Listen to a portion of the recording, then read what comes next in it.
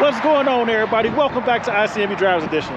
Today, I am out in Colorado and Colorado Springs. And as you see,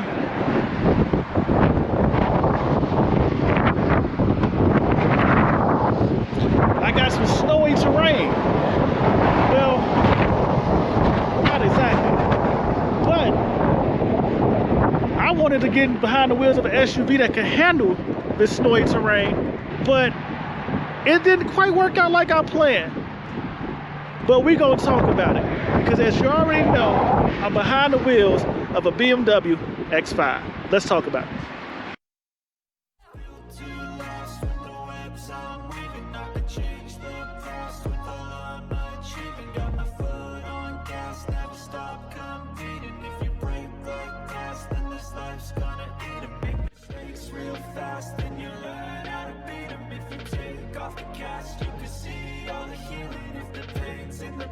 Move on from the grave and put your foot on the gas. No, never stop competing, yeah. I've been doing this, I'm on it.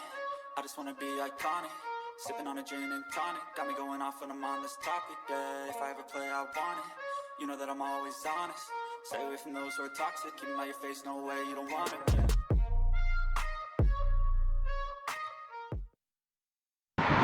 Okay, like I said, I was trying to get out and enjoy some snowy terrain and take a moment from the sports car life and get out in the snow and the mountains. A mini vacation, as they would say. But when I got to Colorado Springs, the weather went from snow to no. It is a beautiful 50-degree day in the middle of January, and I'm outside of Colorado Springs right now by Woodland Park in the mountains with the BMW X5, but not just any regular X5. I'm being forced into technology.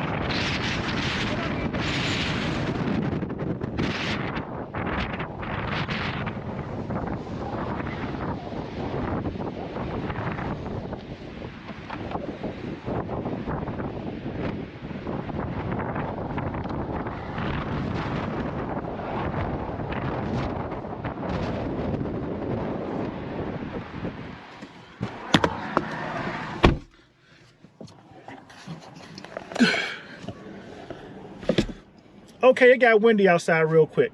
But like I was saying, I'm being forced into technology. And what I mean by forced into technology, I'm not in just the BMW X5. I'm actually in the BMW X5 E-drive, which is BMW's hybrid version of the X5.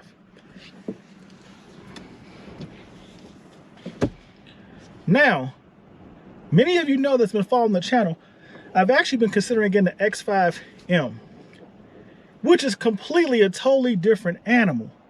But I was given the opportunity to get behind the wheels of a BMW X5 E-drive to see what I thought about it. So that's what I did. And I can tell you right off the back, the first thing that got me was the interior.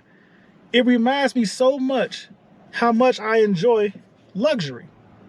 And the sad part is, it comes with a lot of luxury inside of it, but it's nowhere near what my Mercedes S550 Coupe had. But it's definitely giving it a run for its money. So I'm gonna give you my thoughts on the drive, what was supposed to be mountain experience, but I'm not gonna go off-roading in it. I just wanted to do some incline drive, see how it feels, especially since it's a hybrid and it got electric engines and it got a gas engine. And I wanted to see how this vehicle actually would handle doing what SUVs are supposed to be do, or what SUVs are known to do. But right now, just take a quick look around this car.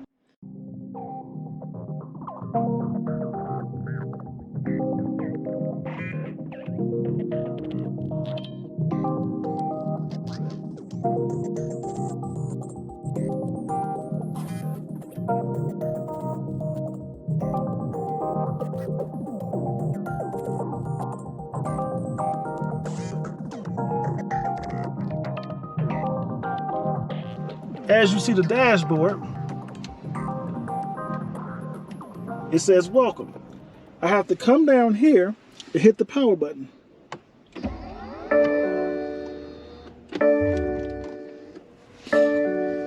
Now, the one thing about this car I have not gotten used to, minus the 3 chimes, you don't hear an engine. Whenever you start this vehicle and start to pull off, it automatically starts off in electric mode. So it's completely quiet, which I had to get used to that because that threw me the first few times. You don't hear any engine noise.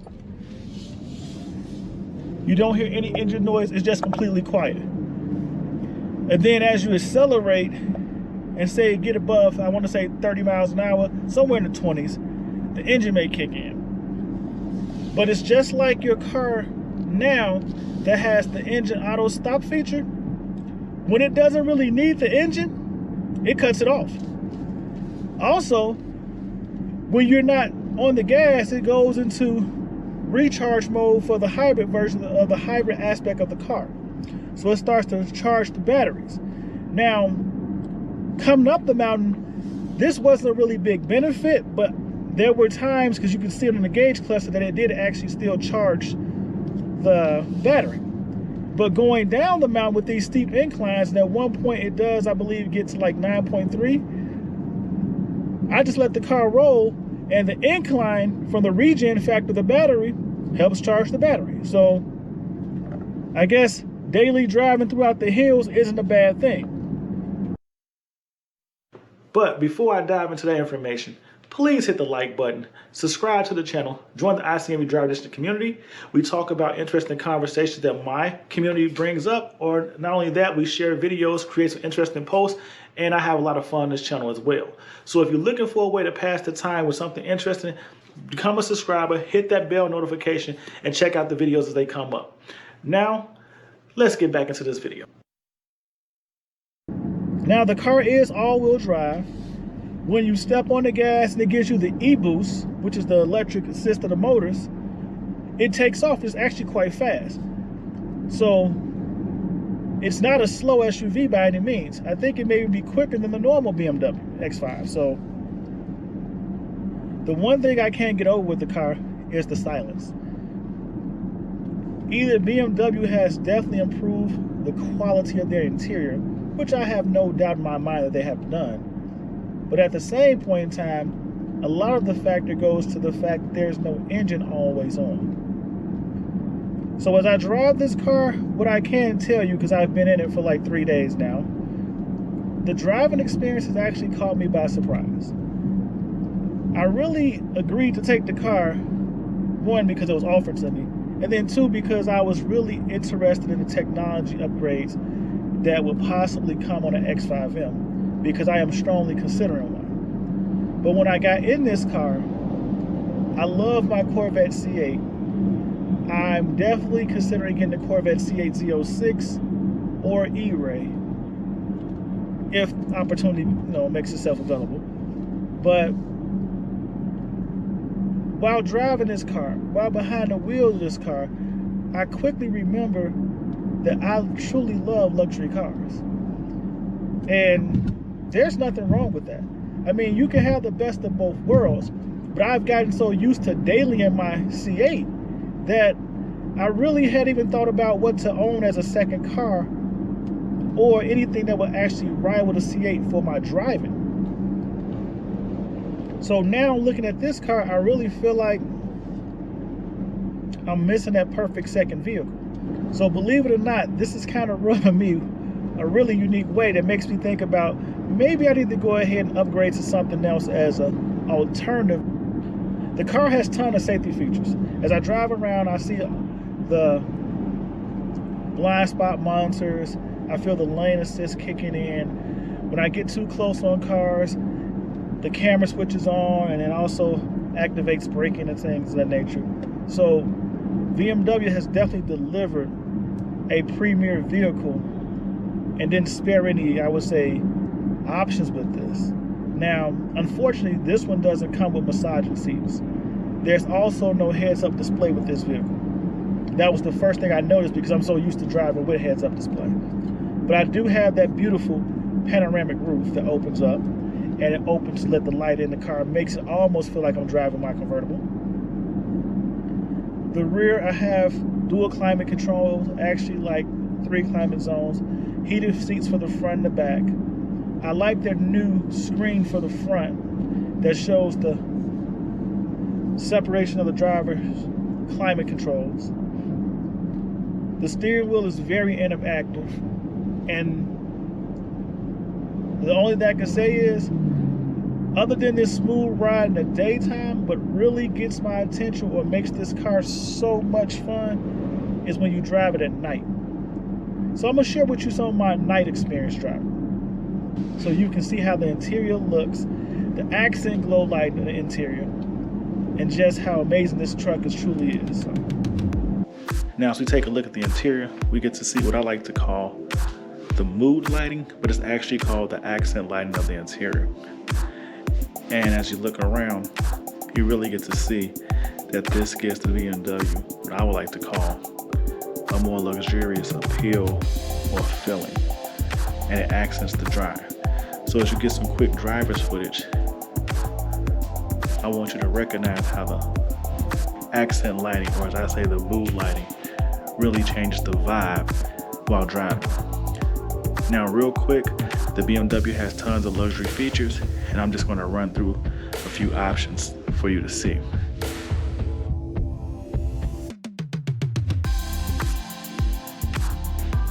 So let's take a quick look at the vehicle status. You can see the tire pressure and things of that nature. And this is a very quick reference point or a location you can go to see if there's anything outstanding or wrong with the vehicle.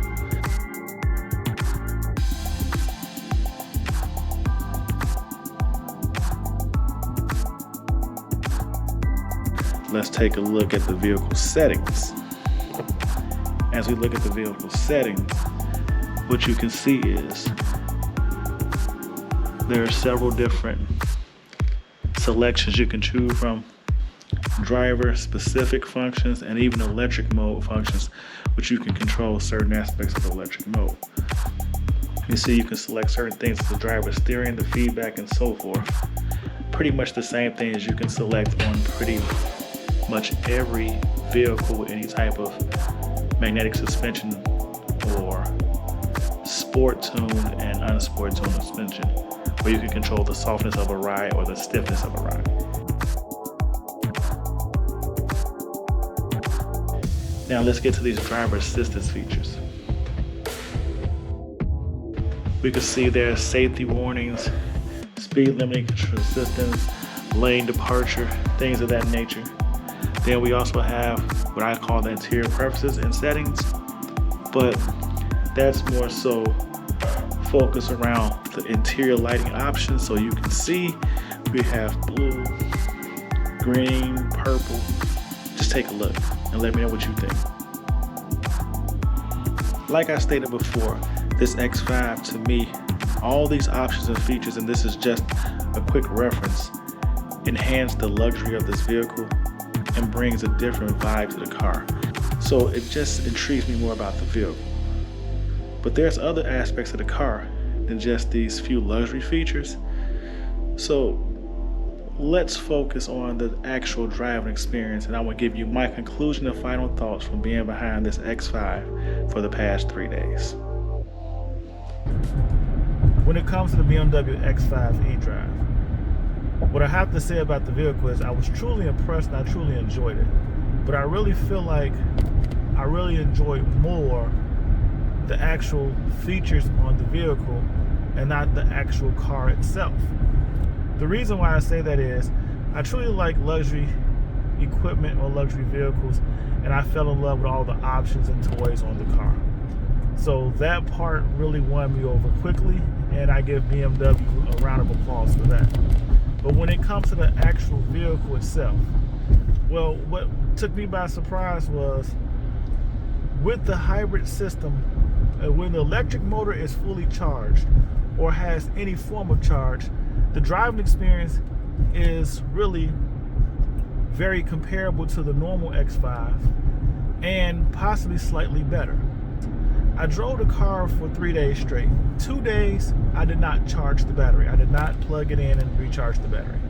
I relied on the self-recharging function of the vehicle to keep the battery charged, because I really wanted to see how long it would take before the battery went completely dead and how the car would drive in that type of situation.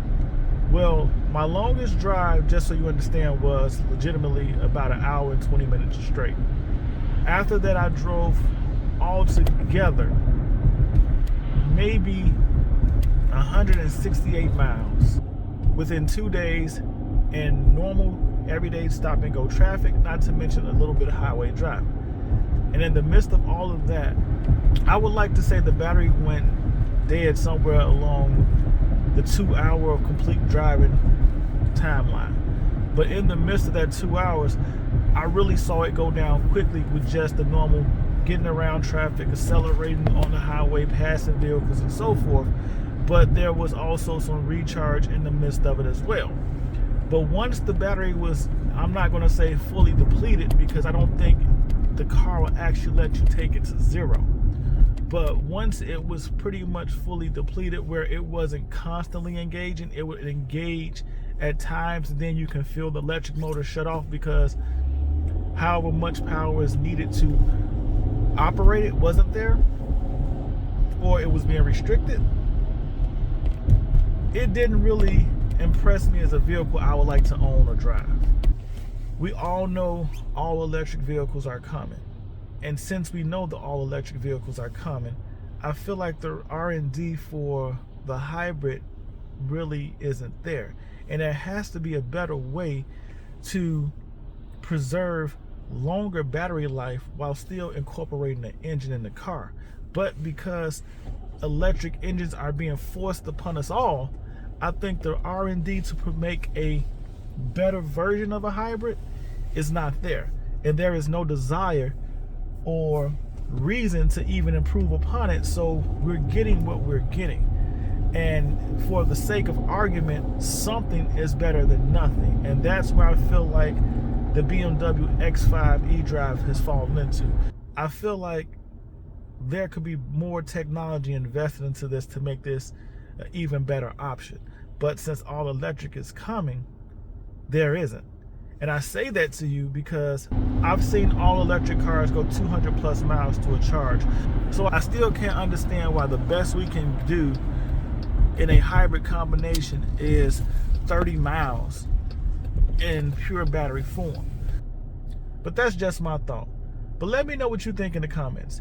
Do you really like hybrid version vehicles? Have you actually driven an X5 E-drive?